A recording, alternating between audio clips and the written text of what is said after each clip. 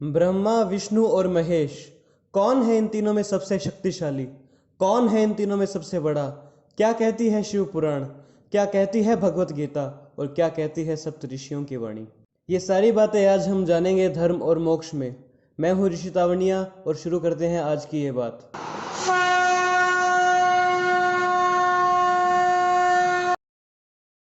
हिंदू धर्म में त्रिदेव को देवों में सबसे ऊंचा स्थान प्राप्त है।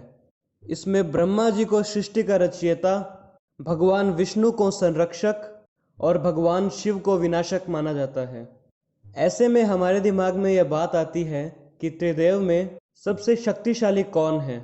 आखिर त्रिदेव की उत्पत्ति कैसे हुई? आखिर कैसे उन्होंने जन्म लिया?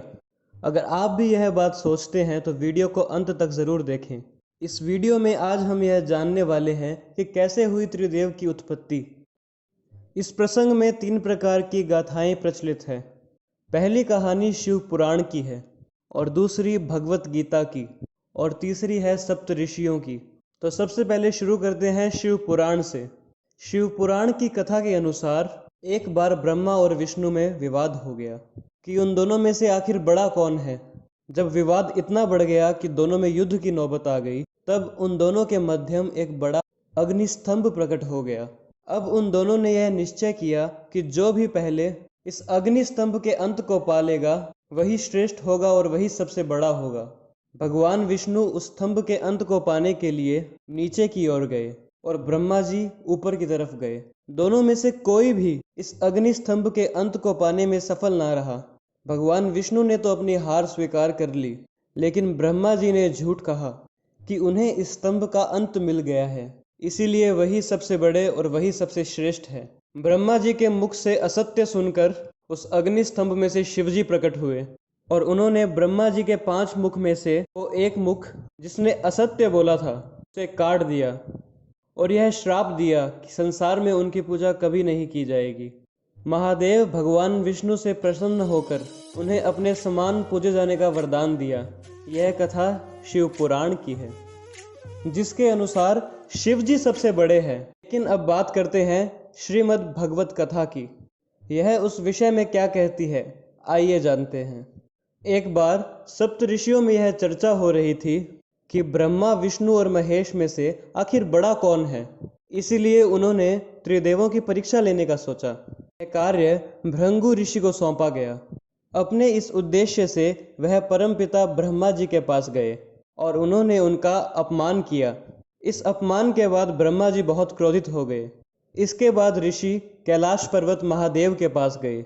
उन्होंने महादेव का भी अपमान किया, जिससे महादेव भी बेहद क्रोधित हुए।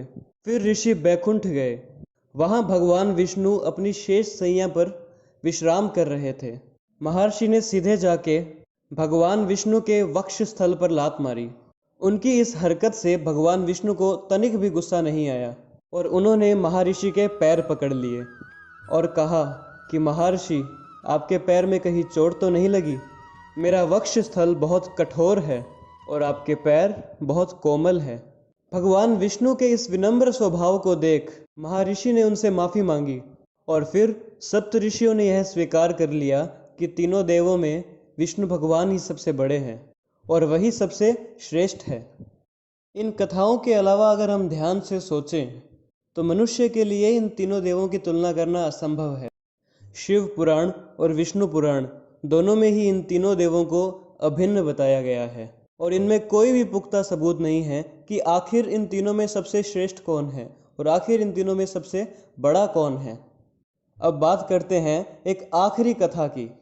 इस कथा के अनुसार भगवान विष्णु, भगवान ब्रह्मा और महादेव एक साथ बैठे थे।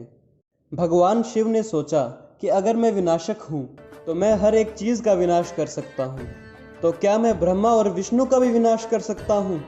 क्या उन पर भी मेरी शक्तियाँ कारगर होगी? जब भगवान शिव के मन में यह विचार आया तब ब्रह्मा जी और विष्णु जी समझ गए कि उनके मन में क्या चल रहा है। दोनों मुस्कुराने लगे और ब्रह्मा जी बोले, महादेव, आप अपनी शक्तियाँ मुझ पर क्यों नहीं आजमाते? मैं भी यह जानने के लिए उत्सुक हूँ कि आपकी शक्तियाँ मुझ पर कारगर रहेगी या नहीं। जैसे ही भगवान शिव ने अपनी शक्तियों का प्रयोग किया तब ब्रह्मा जी जलकर गायब हो गए और उनकी जगह एक राख का छोटा सा ढेर लग गया। महादेव चिंता में पड़ गए कि ये उन्होंने क्या कर दिया, अब इस दुनिया का क्या होगा।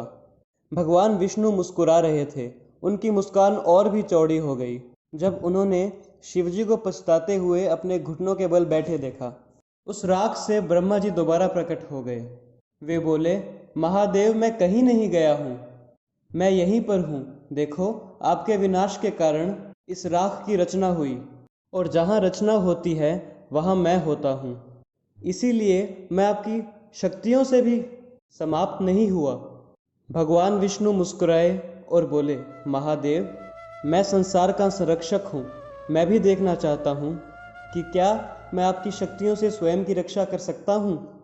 कृपया मुझ पर भी अपनी शक्तियों का प्रयोग कीजिए। जब ब्रह्मा जी ने भी हट किया, तब शिव जी ने विष्णु जी के ऊपर अपनी सारी शक्तियाँ लगा दी।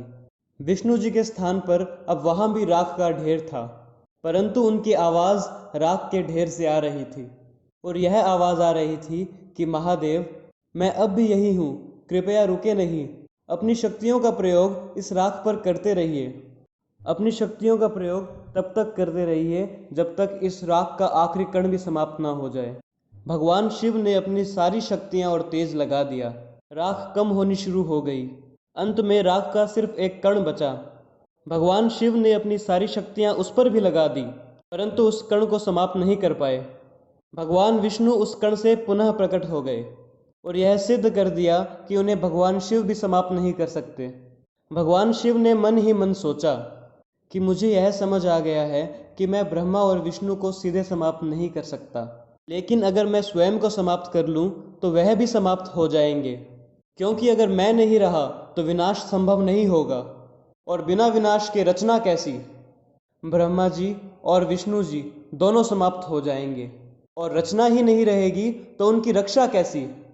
विष्णु जी यह सब मन ही मन सुन रहे थे, और वे यह समझ गए थे कि शिव जी क्या करना चाह रहे थे। भगवान शिव ने स्वयं का विनाश कर लिया। जैसा वह सोच रहे थे वैसा ही हुआ। जैसे ही वह जलकर राख में तब्दील हुए, ब्रह्मा और विष्णु भी राख में बदल गए। कुछ समय के बाद सब कुछ अंधकारमय हो गया। वहाँ उन तीनों देवों की राख के सिवाय कुछ भी नहीं था। उसी राख के ढेर से एक आवाज़ आई, मैं ब्रह्मा हूँ, मैं देख सकता हूँ कि यहाँ राख की रचना हुई है, और जहाँ रचना होती है वहाँ मैं होता हूँ। और इस तरह उस राख से पहले ब्रह्मा जी उत्पन्न हुए, और उसके बाद विष्णु जी और शिव जी, क्योंकि जहाँ रचना होती है वहाँ पहले सुरक्षा होती है और फिर विनाश। और इसी तरह शिव जी को बोध हुआ कि त्रिदेव का विनाश असंभव है। इस घटना की स्मृति के रूप में भगवान शिव ने उस राख को अपने शरीर पर लेप लिया और उसे भस्म कहा जाने लगा। दोस्तों, इससे साफ जाहिर होता है कि त्रिदेव की आपस में तुलना करना व्यर्थ है तथा असंभव भी है। तीनों देव ही बहुत शक्तिशाली है। जहाँ रचना होती है वहाँ ब्रह्मा होते हैं, और रचना की सुरक्षा के लिए भगवान विष्णु हमेशा तत्पर रहेंगे। और अगर रचना है और साथ ही साथ सुरक्षा है, और ऐसे में आने वाले समय में विनाश भी ज़रूरी है, क्योंकि विनाश के बिना दोबारा रचना नहीं हो सकती। इसीलिए तीनों देव बहुत ही महान हैं। आपको जिस गाथा पे सबसे ज़्यादा विश्वास है उसे कमेंट सेक्शन में ज़रूर बताएं। अगर आपको हमारी यह वीडियो पसंद आई तो इसे लाइक करना ना भूलें, और ऐसी ही और रोचक गाथाएं जानने के लिए हमारे चैनल धर्म और मोक्ष को सब्सक्राइब करें।